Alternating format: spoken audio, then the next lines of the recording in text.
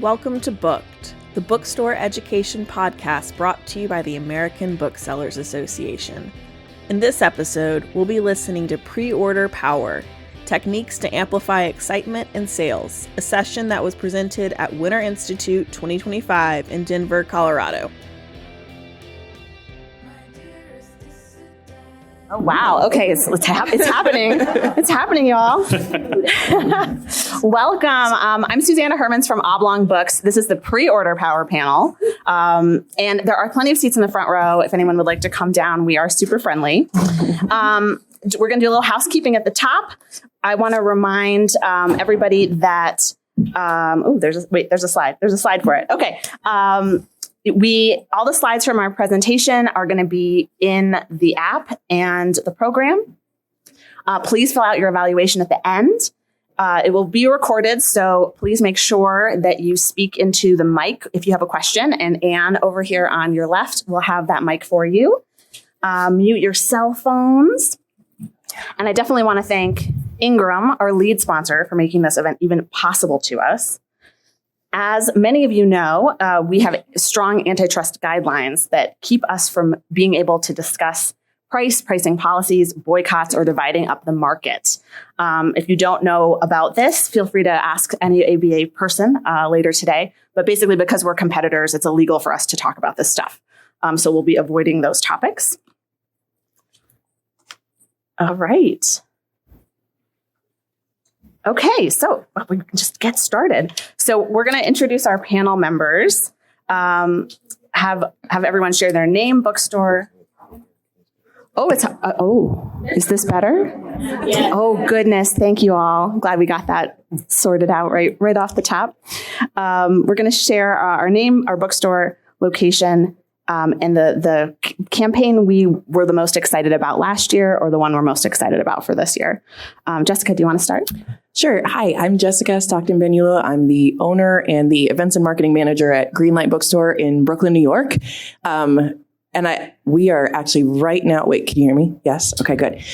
We're right now in the middle of a pre-order campaign for a book called Perfect Victims by Mohammed Al-Kurd, and it has just exploded. It's been really, really exciting to see the response to it, and we'll talk about, what it implies when that happens. So go ahead. I'm Susanna Hermans, co-owner of Oblong Books. We're in New York's Hudson Valley. We have two stores, and the one I was most excited about from last year was we partnered with the cookbook author Julia Turshen for her book, What Goes With What. She's one of our local authors and sent all her pre-orders to us. She did personalizations, and we ended up shipping about 800 copies of that book. Nice. I'm Shane Mullen. I'm the event coordinator at Left Bank Books in St. Louis, Missouri. And the campaign that I am most excited about this year is coming right up with Sarah Kendzior, who is a local author to St. Louis, and her book is The Last American Road Trip. And we're having a lot of fun promoting with Sarah. Mm-hmm. Hey, y'all. I'm Michael from Skylight Books in Los Angeles. A pre-order campaign that is very exciting for us is we have I think our first over 1,500 book pre-order campaign coming up this June, which I am panicked just thinking about. It's for So Gay For You. It's by a couple of the stars of the original L Word show. And it's going to come up. It's going to be very exciting, but also a lot of work. So there's several different types of pre-order campaigns, right? There's partnering with a local author to be the source for signed copies of their book. There is, just a new book that's coming into the store that you're excited about and you want to try to pre-sell some copies. There are signed cartons that you can order from the publishers, and you can try to pre-sell those signed copies. There's also the swag campaigns where it's, if you order from these stores, you get a little something else in your package. So we're going to talk a little bit about all of those different things today. And Michael, would you talk a little bit about how one might get started with this? Yeah. So basically, I mentioned that that big campaign was our first really, really huge one. And a little bit of background, maybe 4 or 5 years ago, Skylight basically didn't do pre-order campaigns. And so it's very exciting to have ramped up to this point where we're now, able to do this super gigantic campaign that a few years ago we wouldn't even have been able to imagine.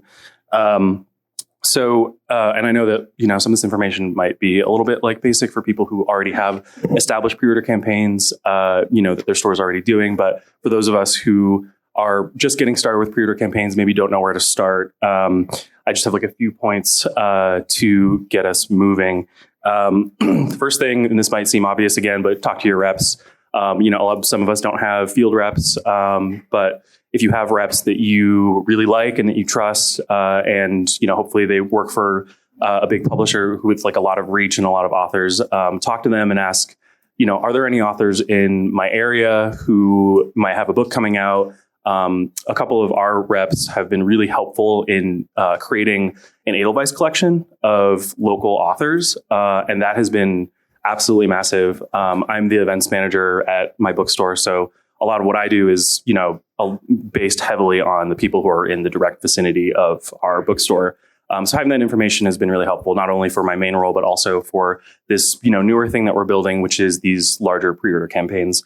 And our reps have been pretty instrumental in helping us just guide, where we're going and who's coming to our store.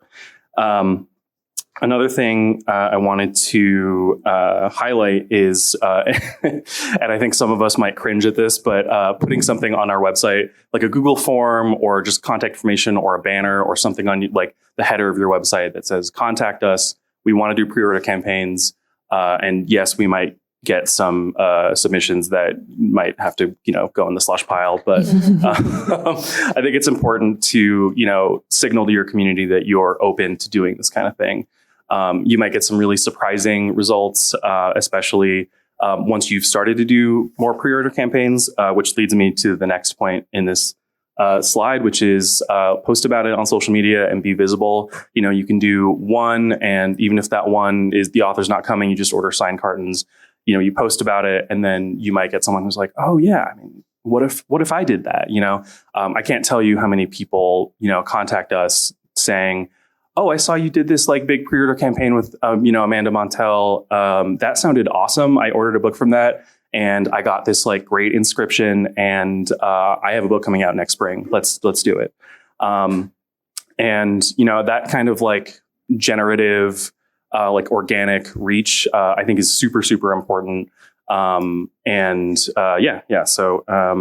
having some kind of way to get in contact with you, or just some signal to your community that you're, open to this is pretty important.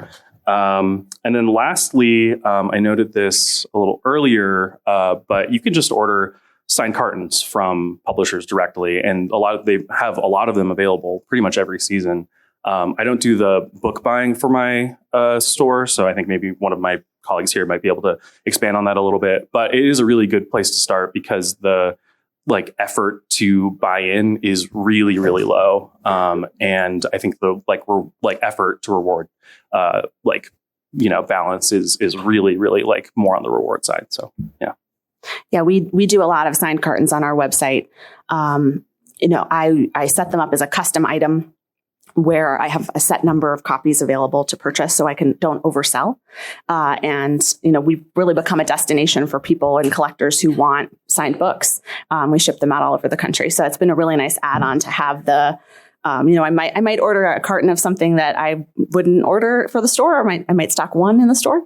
But if I can sell that whole carton, then, that's a great additional income for us. I have a template that I use to pitch signed campaigns to our local authors. I'm lucky to be in a region that has quite a few writers, and we've really, over the last 5 years, committed to building a really strong program for signed copies and being the destination for our local authors to send their fans and readers to get signed copies.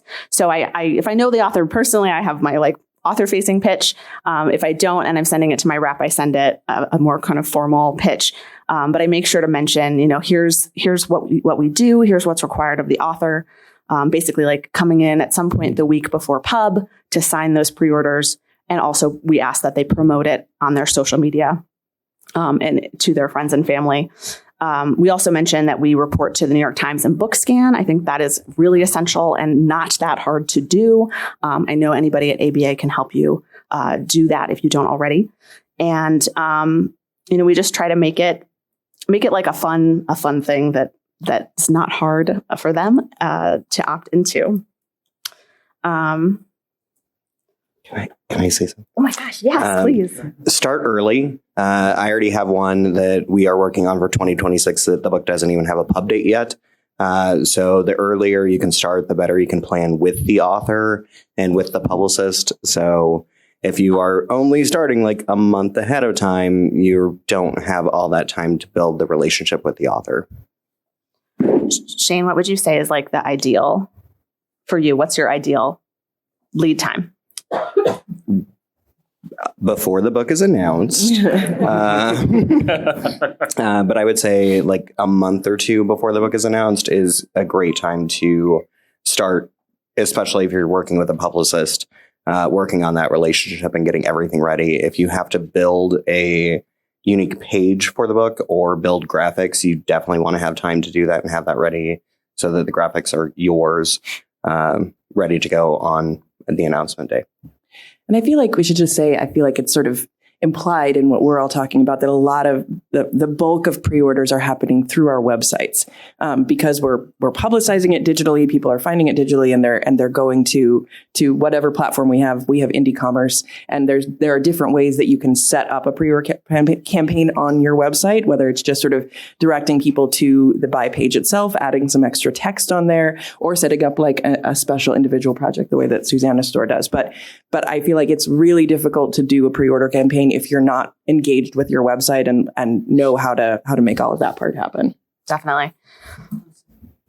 Even closer. Okay, we're talking right into the mic. Thank you, everybody. Okay, Jessica, do you want to talk a little bit about logistics? Yes, and I can talk about this because it is something we are still actively figuring out. It's a little bit of trial and error, and practice makes perfect. And I think I love your template, and I feel like templates are your friend in almost any bookstore process. It's sort of like you do it once, you figure out what worked about that, you tweak it a little bit, and then you can sort of like copy and iterate that going forward, so you don't have to reinvent the wheel every single time. So because a lot of campaigns involve shipping, as we were saying there, like if you are a source especially for assigned pre-orders, people may be ordering from all over the country. You want to make sure you have laid in all of the supplies that you need for that, and also accounted for the extra time it's going to take to package up signed books, maybe, including swag, and to do all of those processing of orders. So spreadsheets are definitely your friend. Also, bulk uploads or mail burges are your friend, whatever your particular system is. And we have used slightly different systems for different pre-order campaigns, depending on the specifics of them. Okay, great. So our template is up there. Let me see if I can see it.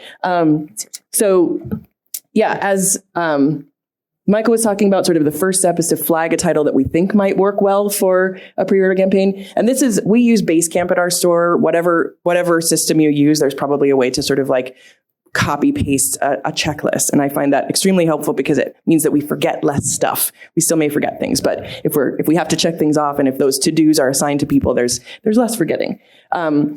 So if there's something that we think might make a good pre-order campaign, we will reach out to the publicity department or the sales rep, or sometimes they will reach out to us. As we're saying, sometimes that will come from the author. We want to make sure to schedule the signing for a pre-order and assign a point person to the signing so the author doesn't show up and people are like, who are you? We create dated to-dos for signing and notes for staff on the day, so everybody is aware that this is happening. Sometimes that works more smoothly than others. We add language to the book page on our website because we use indie commerce. We can just sort of add a chunk of text to the book buy page, in red or purple or something that stands out that says, we're so excited to partner with so-and-so to offer signed copies of their book. They'll be available on the pub date. And then we have sort of a pre-orders page that sort of like collects all of the campaigns we're working on, and we direct people to that periodically. We actually have like a book list on the front page of our site that's like, available for pre-order now, so folks can go and sort of explore what's coming soon. We notify our e-commerce staff, the folks who process orders, that this campaign is coming up, so they can keep an eye out for those orders. And in our system, we will use like a specific order status to sort of like flag all of those orders, so then we can run a report and pull them all out when we're ready to process them. We also make sure to publicize it in advance. It doesn't do any good if people don't know that it's happening. So we create an Instagram story. We make sure and tag the author, because I think the other key to all of this is, especially for signed pre-order campaigns, is the author's audience finding you. So making sure that they are engaged in that campaign as well. And then we make sure there's a link to buy the book in our bio. It's very important. If you tell people to do the thing, then it's difficult for them to do the thing. It may not happen. So you make it as easy as possible. And then when we get to the point where we have those signed books, we're going to print or compile the online pre-orders. That happens in different ways depending on the volume. And then we do sort of the post-event fun, exciting photos of the author signing a mountain of books or, smiling with their book or whatever. So to continue to sort of generate excitement. And then when you're done, you have to sort of take everything back down again.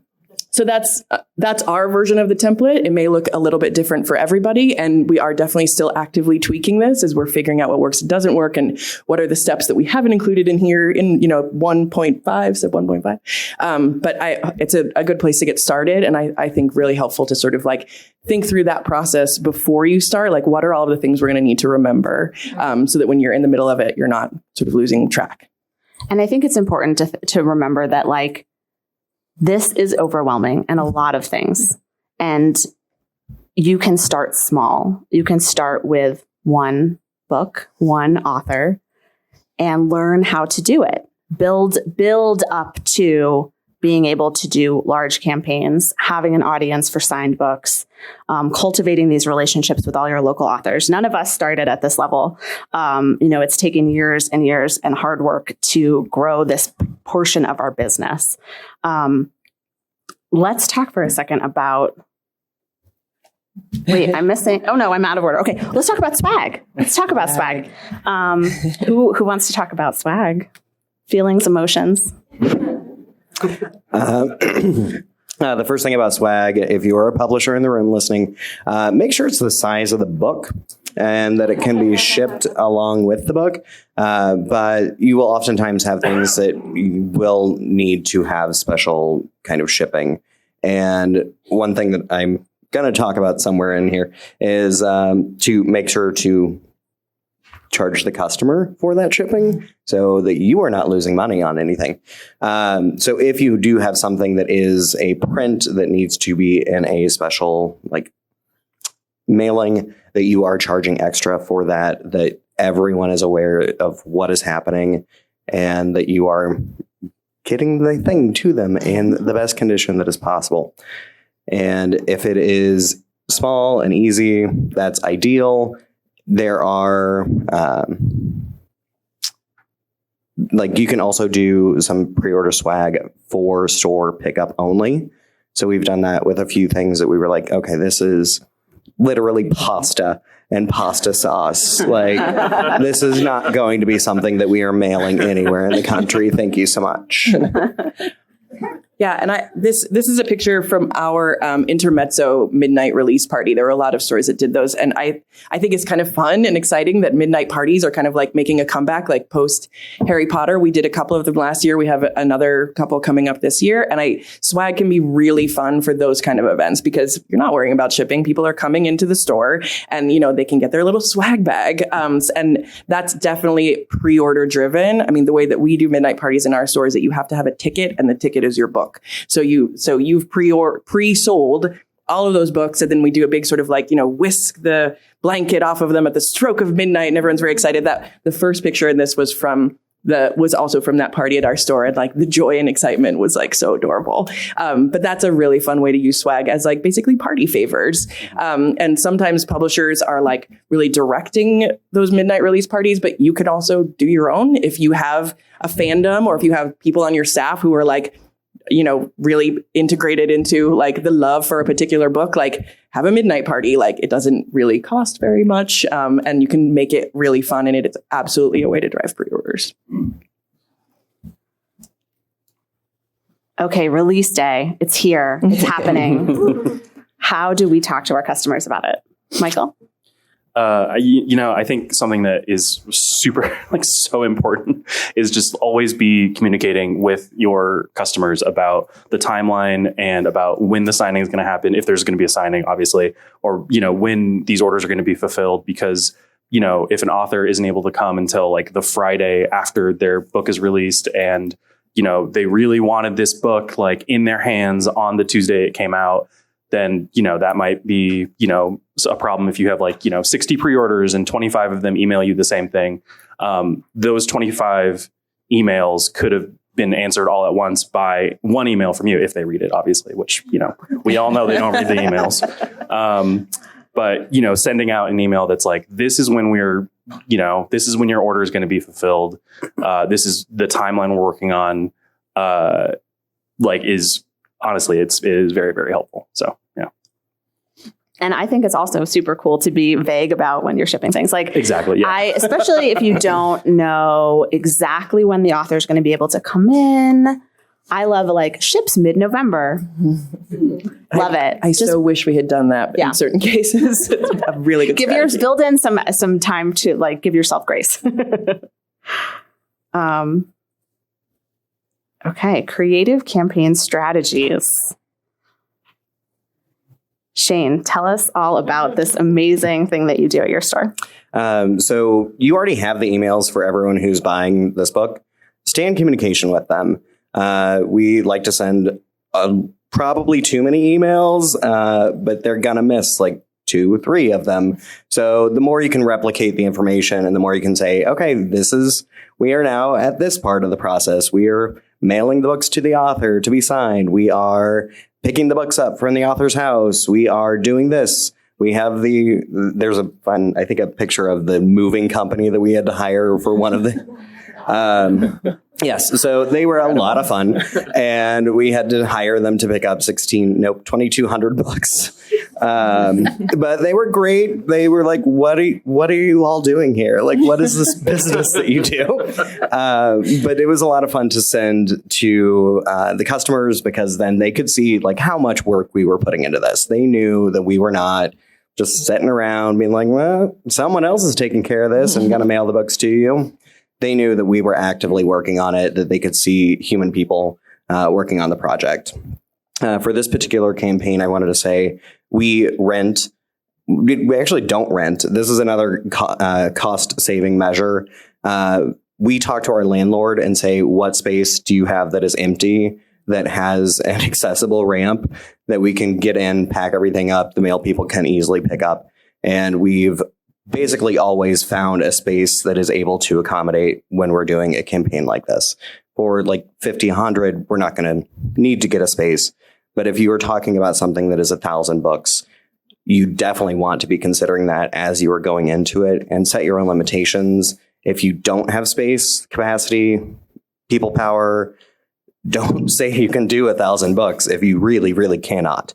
Because a lot of times capping things is going to be better for you, better for customers. It makes things realistic for everyone. And you don't want to set unrealistic expectations for customers as much as possible. I'm looking at my coworker here because we're like, oh man, we have messed that up in the past.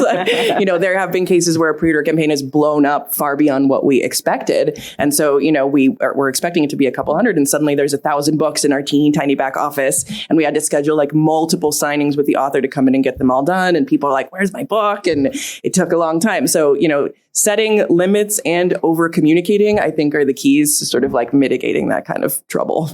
And deadlines. Yes. Say after this date, you can get a signed copy if we have any left over, but you cannot get a personalized copy after this date. We have to abide by the author's timeline. And our timeline. Yes. And our timeline. Yes, please. And our internal resources. Exactly. I also just wanted to highlight something about what Shane just said, because that those emails where you're like, we're picking up the books, this is happening and we're doing it, it's that human touch that I think is why people come to independent bookstores, honestly. And it's also, going back to the first thing we talked about, another way that people are like, oh, wow, Left Bank can really haul books. I am, I don't know, John Grisham, let's do this, Absolutely. Dream big.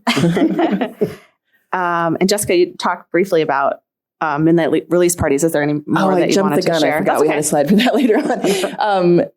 I think like grown-ups love parties. Like, I do feel like we had people literally say like they were still chasing the high of those Harry Potter midnight release parties. But it can be really special, a way for people to sort of like really like sort of grow beautiful memories of your bookstore and have such a great time there. And it doesn't take a lot. I mean, we did a little bit of trivia for like the super fans. We used the publisher's swag that they had provided for prizes. We had refreshments, like really simple refreshments. And people were just like thrilled. It was like a highlight of their book life. So I feel like that's something that really almost anybody can do as long as your landlord will let you stay open after midnight. But it can be a lot of fun and, and obviously a way to like drive pre-orders because we're requiring the pre-purchase of the book for people to come to that event so that they can get it at the stroke of midnight. So I want to talk a little bit about smaller campaigns because I think we can all get caught up in like the idea of shipping 500 books and what a dream would that be, right? A dream and a nightmare at the same time. But honestly, at least at our store, a lot of what we do is small campaigns. And for me, it has been a beautiful way for me to turn a no when an author asks to do an event into a yes. I will not do an event, but we can do a signed pre-order campaign for your book because we love you. We love your book. We don't think we're going to get enough people to come out to an event. Events are expensive to produce and require a lot of work. But let's set up a page for you on our website and you can send everybody this link. You'll come and you'll get to sign in the bookstore before pub. We'll take lots of pictures. We'll post it to Instagram. You'll feel really special. We feel really good. And maybe we'll sell 10 copies. Maybe we'll sell 25 copies. And that's great. Those are books I probably wouldn't have sold otherwise. So that's been a really powerful thing. I think, those smaller campaigns, especially once you kind of get in a rhythm of doing them, aren't that big a deal to manage. You definitely love your spreadsheets. Make sure you don't drop any balls. But that's a big piece of what we do as well. And those are the relationships with authors that you can build for the future. So even if you're going to sell like 10 copies of this book, their next book could be the really big book. And the one that I'm looking at for 2026 is probably going to be like a bigger book than I'm expecting. But we've been working with this author for years for small poetry books. And now she's publishing nonfiction. So we have followed her through 3 books, have done littler campaigns with her. And now we're actually probably going to be looking at a larger campaign. And she has a great affinity for you. Yes. You're her store. Yeah. Yeah. Even though she does not live in St. Louis any longer. It's also, these like small campaigns are also, I mean, I think we've said it before, but just a way to like build up your way to, those skills that you'll need to do, 400 or 500 copies, which, hopefully, we all get to do at some point. But it starts with, 1 to 10 copies, and those checklists, that were on the screen earlier, and building those skills within your organization. So we're going to get to a Q&A in a moment, but I wanted to just ask each of us to share an actionable task that you'd recommend folks could take out of the session today. Oh, and you wrote them down, so we didn't even have to remember what we said. So my like takeaway is like if you do one thing, because I know we get home from Winter Institute and you have all of your notes, and then you're like, I'm getting caught up in my store immediately. So we're like, what's the one thing you could do to sort of push this forward? And for me, it's schedule a time to sit down with your staff, or if you're a smaller store, just, sit with your own brain, and think about what a pre-order campaign would look like for you. What do you need to do in terms of your website? What do you need to do in terms of promotion? What do you need to do, in terms of logistics, physical logistics of like bringing books in, getting swag, getting signatures and sending them back out again, and figure out what that would look like for you. So that when you're ready to kick it off, you already sort of like have your steps in mind and you've thought that through. Oh, sorry. Mine was just to send an email to your reps to say, hey, I'm interested in doing this. If you haven't done it before, it is a very good and low pressure way to kind of dip your toe in the water to say, this is something that I think could be really good for my bookstore. Let's just take that first step and see what happens. Mine is harnessing your enthusiasm. We've all had those books that we thought were really fantastic books that just didn't sell as well as we wanted them to. And I'm working really heartily this year to find out what the staff is reading, what they're actually excited about, and figuring out creative ways that we can do pre-order campaigns that are not publisher based, that are just something that we like and want to sell 5 more copies of. Beautiful. Q&A time. Yeah. Please wait until Anne brings you. And even if you are a loud talker, please wait for the mic, because we are recording this for future use. So thank you guys. I have a question. Back here. I have the mic. In the back, yes. Sorry, Go for so it. obnoxious. Yeah. So I'm Amy with Hudson Valley Books for Humanity, and Susanna, I want to meet you. But the question is, for smaller stores or stores that are kind of just dipping their toe in the water, is there a possibility of working with other bookstores that are far enough afield, but generally within the broad range region, to create a little tour for the author and do this in a collaborative way? So 2 or 3 bookstores could band together, but who are like an hour apart from each other. Anybody ever done that? And is that legal? It's definitely not illegal. And I think sometimes, I mean, in New York, there's like a sort of density of bookstores, so that often ends up happening anyway, that like, the author is sort of like stopping in at, as many stores as they can get to in a day or two to do signings. I don't think we've actually sort of collaborated on the promotion of it, but it's a good idea. I think that could be really cool, but I have not done it. Emily, who's sitting right here in the front row, is a very close competitor, colleague, there we go, colleague, that we frequently double up on campaigns. We won't double up on events because we are so close. And that is another good reason why pre-order campaigns are a great alternative to doing 3 local author events in the same 30-minute driving area. Except for Janelle. Yeah, she's fine. Hi. Just a question for Michael. You said that you started doing these 2 or 3 years ago, or 3 or 4 years ago. What sort of time frame did you see it starting to work? Obviously, initially, your customer base wasn't used to you doing it. So you start doing it. Was it instantly successful, or did it take 6 months and 5 campaigns for people to start to cotton on? What sort of time frame did you experience? So to be totally clear, Skylight has done pre-order campaigns kind of for a while on the smaller end. It's just that in the past, maybe 3 years is when we've really started to see it really ramp up.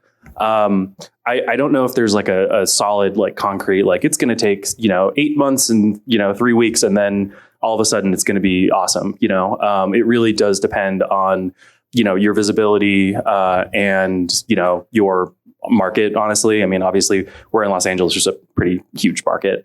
And so we're very fortunate that we are, able to have just a lot of authors in our area. Obviously not everybody has that privilege, and we're, fully aware of that.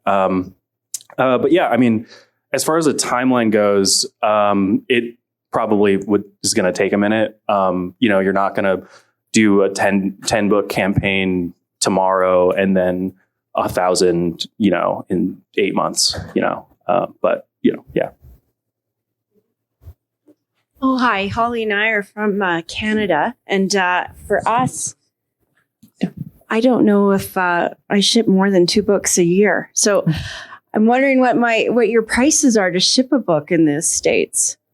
I think we're maybe not supposed to talk about the pricing part, but it varies a lot, I think is reasonable to say. And it depends on sort of the cost of shipping where you are and what services you're using. And it's always getting higher. And it's always going up. Always going up. And you also need to remember to account for the cost of the packaging that you're buying to ship them in.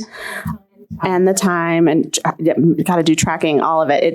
You need to be really good at shipping to do this. But if you have a fandom that's so excited for this new book to come out, they will pay it. They are excited enough to do it. So, do you think signatures or book plates that have been signed are as good as signatures? No. Oh, sorry, hard no.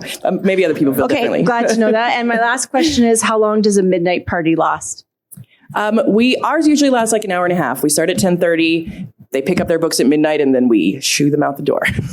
But sorry, can I just jump in really quick about book plates? I think just going back to the like over communication thing that we talked about earlier, making sure your customers know if they're getting a book plate or a tip in, or if the author has actually signed the book, and making sure you know that if you're getting signed cartons from a publisher directly is pretty important. And, if a book collector emails us or, places an order for, the next Ocean Vuong book or whatever, and we get a signed carton for it and it ends up being book plates, then that book collector is going to be pretty pissed, and it's going to make it known that they're pissed. And then it becomes like a customer service issue. So making sure that we're all on the same page, like both yourselves, the publishers, and your customers is important. We have had great success with some, the Adventure Zone. They only do book plates because they are 5 authors. And we did 800 the first time and 1200 the second time. It is literally a book plate, and the publisher does a deck of cards, like playing cards. So that extra thing did really help, but the book plate, everyone was fine with. They knew it going into it, that was what they were expecting. And yeah, we have never met the authors, any of them. They're not local either. Hi, I'm Naeem from Seminary Co-op in Chicago. Oh, really close. Okay. Hi, Naeem from Seminary Co-op in Chicago. How do y'all navigate resellers, especially with like the celebrity books and signings, the cartons? I've definitely seen an uptick in that, and I'm very conflicted on how to deal with it. Do you all have any insight to that? We've set limits. A lot of times we set a limit of 2 for campaigns like that. But if we are unlimited, I mean, go for it. Like, you can't stop them. They're going to find these copies regardless. If they get them from you, then they get them from you. Perfect timing. My question is sort of tagged onto that. We're a really small store. The few that we've done have been moderately successful, but I always get nervous about keeping back a few copies for locals that maybe missed out on the information. I mean, we all know people don't pay attention to all the things all the time. Is that something you guys worry about? I mean, when we're bringing an author in for signing a pre-order campaign, they're always signing, the quantity that we have pre-sold and then a chunk more than that for our stores. Like, that's the intention, is that after the pre-order campaign is over, we will still have some signed copies. And, like we've said, sometimes we've had to have people come in a couple of times because it got bigger than we thought. But I think that's always the goal, is to end up with some signed copies on your shelf for folks who just wander in and it's their lucky day. And we do hold back. So if we are only getting 12 from a publisher, we will only take 9 orders online going into, so that we can have 3 on the floor when the book comes out. Hi, I'm Lynn Phillips from Wordsworth Books in Little Rock. I'm really curious about the timing. I'm very into like the project planning, and I love the checklist. But when are you launching your pre-order campaigns, working backwards from the release date? When are you sending out that email? When are you posting on social media to let your customers know that you're doing this campaign? Like, how far in advance do you do that? Sure. We work with the author ahead of time to be ready for a pub date. We announce when the author announces. We are doing emails probably every 1 to 2 weeks after that pub day announcement. And then you can kind of glide for a little bit, hit it really hard about a month before the book comes out. So those are the people that are like, oh yeah, I was going to do that and I didn't do it. So hit those people, get them, set your deadline. If your deadline is a week before pub day, if you're doing personalization and you want to be mailing books out before pub day, or like to get to people on pub day, make sure you're setting your deadlines so that you do have time to get the processing done. Most of the time, we have the week blocked off before pub date. So Sarah Kenzier's book comes out April 1st. We have the entire last week of March blocked off, and we will start processing. She will sign on Monday. We will start processing on Tuesday. Pickup will be on Thursday to go out in the mail. And I'll also mention that, like, for me, I am constantly looking for these books.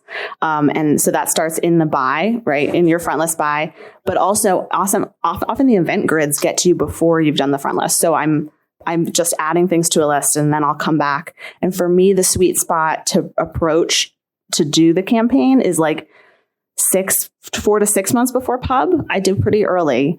Any earlier than that tends to be just a little too early for people to be thinking in the publisher world about that.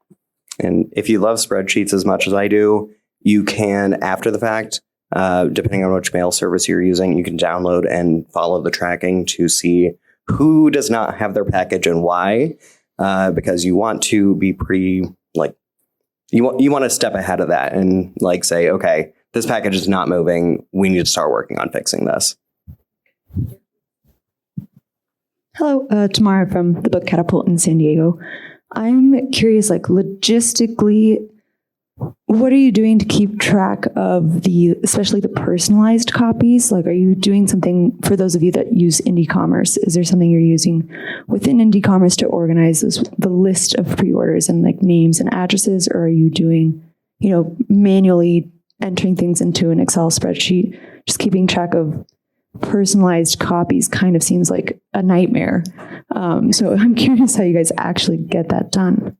In Indie Commerce, you can add an attribute that is a signed inscription field. This is in 2.0. Mm-hmm. Okay. It's also in 1.0. I have it. I'm still on 1.0. And we have it. I don't know which version we're on. But you can set up, so you can have that field in there so that it's not part of an order comment. And you can then download you can export the entire information from all of the orders. You take that, put that into a spreadsheet, clean things up. It doesn't come out looking very nice from Indie Commerce, I will say, if Indie Commerce is listening. But there's a lot of like replace all like type of situation. But you can get everything very nice looking. We actually do instead of like going through and post-it noting everything, we use that spreadsheet, the same spreadsheet we're going to be using for mailing, for the author to personalize. You can format the spreadsheet so that it has the personalized note very much larger. Because we aren't always doing it at the store, we have to send those notes to the author, and keeping that very clear so that when it comes back to you, you're not like, okay, which Jason is this? Like, who is this one going to? But having everything on that piece of paper that is stuck in the book for eternity, from the spreadsheet that you've cleaned up, made very nice, that you can use the entire process long. Yeah, and we will sometimes, for smaller campaigns, we use the order comments field at checkout. We're like, if you want personalization, put it in the order comments. I mean, I actually love the idea of a field. That makes way more sense. But and then if it's not an enormous campaign, sometimes we'll just print all of those invoices and slide them into the books themselves. So when the author is going through, they can just look, sign, and then the paper stays with the book and like continues on its way. Hi, I'm Mandy from Novel in Memphis. And I have kind of one that I feel like I might know your answer, and then another question. When you do these campaigns, do you allow for customers to purchase other books in the pre-order? No, I thought so. We recently did a pre-order and we're dipping our toes in, and that is a mistake.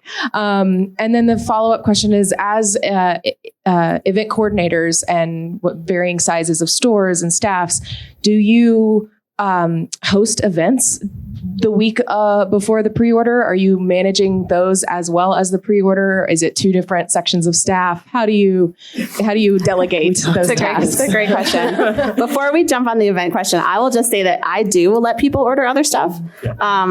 We get added sales, and it is more logistically challenging for sure. Like we need to message them and be like, hey, we're not going to ship this until the pre-order comes out. But if you want them now, pay me for shipping, and we will do that. It definitely requires another level of strategy. But I would say, on a big camp, like the size. Yeah, the no was definitely for like the larger campaigns. Largest. Like, it's hard. Absolutely not. Please no. But like if it's like $100, like and their order, then that's fine. So then, okay, let's talk about the event part of that question. Yeah, I think we talked about this a little bit in our planning call, and we all were like, because it can get very complicated if you are doing a pre-order campaign. And then we have had ones where it's like, oh, this is working so well. Let's also do an event. Let's do a ticket bundled event because there's so much excitement. And then it's like the communication, trying to have people understand like the difference between a pre-order and an event ticket was very tricky. And we had people in the store who, should have been at the event and vice versa. So it can happen. And sometimes if something is big enough, maybe it's worthwhile, but it's even more layers of over communication need to happen in that case. Yeah, we do. We also do that. And sometimes it gets pretty messy and it requires kind of like a weird, like mental acrobatics to, like both on your part and on the customer's part to be like, you've pre-ordered this book. You've also bought this ticket. This is when you can get your pre-order. This is when the event is. You either can or you can't pick up your pre-order at the event with your book that's bundled with this ticket. You also had to buy another book. So you're getting 2 books. The book you're picking up at the event is not going to be personalized because the author is going to personalize it maybe at the event, and it does require kind of like a lot of just like hoops that you need to preemptively jump through so that you're not jumping through them like with, 300 people trying to check in for an event. And as event coordinators, like we juggle schedules, and I try so hard not to schedule any like big events. That's why I have like the week blocked out so that I'm not over scheduling the staff. We are not a humongous staff. We have like probably 3 people that actually do most of the shipping. And like for these large campaigns, only 1 person normally. But I am required to do a lot of this stuff when the book is being sent out. So I can't be managing events that are happening the same time as these large campaigns. So realistically, that's another part of like planning as far as possible so that you aren't stretching yourself too thin. Hi, I'm Tony from Loganberry Books in Cleveland. And my question is, whether you also simultaneously just encourage customers to pre-order any pre-pub books, and if you do that differently, if those slot in with your pre-order campaigns. I have reasons for asking that, but I won't voice them. I would say absolutely. And I feel like I've seen a real uptick in the last 5 years just in general in pre-orders. We always, if something hasn't come out yet, we always offer to pre-order. I love prepayment. I'm a big fan. So we do that as well, but for sure. Yeah, I feel we call it like the halo effect, kind of like people will go to like our pre-order page to go for that one book they're excited about and be like, oh, this is coming out. Let me add that one on too. And so, like we were talking yesterday about our settings on indie commerce, and it's like, how far in advance will you allow people to pre-order? I'm like, as far as they want. Like, pay me now for the book that's coming out next year. Absolutely. There's not a big reason not to. But I mean, in the way we handle it is we have an order status called pre-order. So, and it changes we change the order to that status, and then we can sort by them and find them whenever they come out, whenever that is. Hi, I'm Alex from Betty's Books in St. Louis, and we are very fortunate that we have several very established and successful bookstores in St. Louis, and we're a smaller and newer one. So I just was wondering if you have any advice for when you reach out to reps or when you submit on event grids or anything like that for us making ourselves stand out and kind of getting those events sometimes. When we have some bit, which we have a great relationship with Left Bank and we love you guys, but sometimes we want the event too. I think that's where your staff's passion can really shine.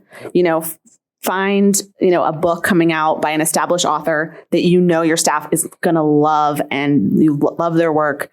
Let's rally around this book. Let's see what we can do to generate excitement with our customers about it. The event question is like a whole other thing. That's like another panel, unfortunately, but just years of hard work and, constantly knocking on the door and just saying, I am here, I am ready. And then someday that door will open. I know. Hopefully sooner than later. And there have definitely been times where we're like, oh, the other store near us got the event with the author we really wanted, but can we do a pre-order campaign? It's like when we realized that like our pitch on the grid did not turn into an event, it's actually a great sort of like add-on for the publisher to be like, oh, while they're here, they can also stop by and do a signing, and that's that much more sales for them. It's like, no-brainer. Yeah, I think sometimes that like combo, Edelweiss submission of we can do an event where you can also do a pre-order campaign. Sometimes that can make a difference. Hi, Kira from Merritt Bookstore in Millbrook. I've noticed a lot of authors on Instagram, especially doing pre-order, like talking about it very early, and also mentioning like maybe kind of sort of bigger online bookstores that are not ours, knowing that those they're being encouraged for that because those pre-order reporting numbers are really solidified. I mean, I feel like I could talk about it too, but I'm curious to know like how you are thinking about, or how, talking about that, or how you communicate with your authors before, if you've noticed anything like that. That's a conversation that we should be having with publishers. Yeah. That we need to be better and figure out ways that we can actually communicate our pre-order numbers to them so that they know that we have value. They know it, but it's easy, or it's necessary to remind them with numbers. So, yeah, I mean, and I know that's something that I'm on the board of the ABA, and it's something that is actively being worked on. Like we are working on finding, and because we all are using different point of sale systems and different kinds of things, it can be hard to find what that number is in the aggregate. But the thing that you can say is like, you're not going to get a personalized copy from Amazon. Amazon cannot do that for you. We can. And so our business is relationship building, and you can reach out, like, DM the author and be like, would you like to do a thing with us that's even more special for your fandom? Hi, Josh from Print a Bookstore. I have a slightly technical question. In a world that publishers are doing separate ISBNs for signed and unsigned editions, or for deluxe and standard editions, and a world where, see where I'm going with this, Ingram Companion or the publishers populate our websites with those, how are you ensuring, A, that the customer is ordering the book you want them to, and B, that the customer is receiving the book that they expect to? Yeah, that's a great question, Josh. Thanks for that one. I will say that we do create, with a lot of the personalized campaigns, we create a special page. We do like a whole book page on Indie Commerce that directs people to the version that we want them to be purchasing. It does make things like, you can add a lot of language, you can add a lot of graphics, you can be like, this is what the book plate looks like, this is what you're getting, this is what the author looks like, don't you love this person? But otherwise, just if it is a special edition, like trying to communicate with the customers, like making certain, especially if they are pre-ordering, that they are going in knowing exactly what they've done. A lot of times this is the same information that we have to do with ticketed events. If it is a ticketed event and someone just buys the book and says it's for event pickup, we have to be like, so great, you've clicked some boxes, but you actually need to buy the ticket. So it's just communicating with customers and making certain that they know what is going on. Yeah. And you probably want to, if you're doing it through your website, add text to the one that you are working with, and then add text also to the one you're not working with, being like, this isn't what you're looking for. Here's the link to the thing you are looking for. Yeah. I think it's also like, the person or people who are processing your orders, they just need to have an eye on it, and just keeping an eye out for that other ISBN, the normal ISBN, the unsigned non-deluxe ISBN, and just keeping an eye on that, and potentially just reaching out to the people who are ordering that to be like, did you mean this other thing that I know you want? So, yeah. And Susanna, you create your own sort of signed SKUs, right? Yeah. So everything on our website that's signed is a custom SKU. It's just the ISBN with A added at the end, which is great because I can control how many copies sell off my site. I can say I have 100 of these to sell. I have 6 of these to sell, and it won't oversell, which can be really important if something, one example was the Joan Baez signed cartons, right? I put those up on our site and we sold all of them the night they went on the site, because I'm sure people had Google alerts set for signed Joan Baez book.